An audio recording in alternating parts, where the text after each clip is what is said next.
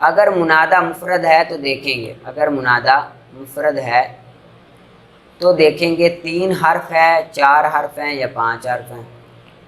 اگر منادہ مفرد ہے تو دیکھیں گے 3 حرف ہیں، 4 حرف ہیں یا پھر 5 حرف ہیں۔ اگر 3 حرف ہیں، اگر 3 حرف ہیں تو ترکیب جائز نہیں، تو ترکیب جائز نہیں، جیسے زید، جیسے زید۔ اگر 4 حرف ہیں تو اس کے آخری حرف کو حذف کریں گے، اگر 4 حرف ہیں تو اس کے آخری حرف کو حذف کریں گے، جیسے یا مالک، جیسے یا مالک سے یا مالو، جیسے یا مالک سے یا مالی، یا مالک سے یا مالی۔ اگر 5 ہیں تو اس کے آخری 2 حرف کو حذف کر دیں گے، اگر 5 ہیں تو اس کے آخری 2 حرف کو حذف کر دیں گے 2 شرطوں کے ساتھ، آخری 2 حرف کو حذف کر دیں گے 2 شرطوں کے ساتھ، ٹھیک ہے۔ پہلی شرط، آخری حرف صحیح ہو ما قبل مدہ ہو، آخری حرف صحیح ہو ما قبل مدہ ہو، جیسے یا منصور سے یا منصور، آخری حرف صحیح ہو ما قبل مدہ ہو، جیسے یا منصور سے یا منصور، ٹھیک ہے۔ دوسری شرط ہے واضح نے ان دونوں کو ایک ساتھ وضع کیا ہو، واضح نے ان دونوں کو ایک ساتھ وضع کیا ہو، جیسے یا عثمان سے یا اسم، یا عثمان سے یا اسم، یا عثمان سے یا اسم، ٹھیک ہے۔ آگے قاعدہ نمبر 4، اگر منادہ معرف باللام ہو تو کبھی کبھی حرف ندا اور منادہ کے درمیان، اگر منادہ معرف باللام ہو تو کبھی کبھی حرف ندا اور منادہ کے درمیان ایہا، ایتھا، ایہذا، ایہذا، ایتھذا، ایتھذا میں سے کوئی مناسب لفظ استعمال کیا جاتا ہے، میں سے کوئی مناسب لفظ استعمال کیا جاتا ہے۔ اگر منادہ معرف باللام ہو تو کبھی کبھی حرف ندا اور منادہ کے درمیان ایہا، ایتھا، ایہذا، ایتھذا میں سے کوئی مناسب لفظ استعمال کیا جاتا ہے، جیسے یا ایہا الرجل، یا ایہا الرجل اور یا ایہا المرأۃ، یا ایہا الرجل اور یا ایتھا المرأۃ۔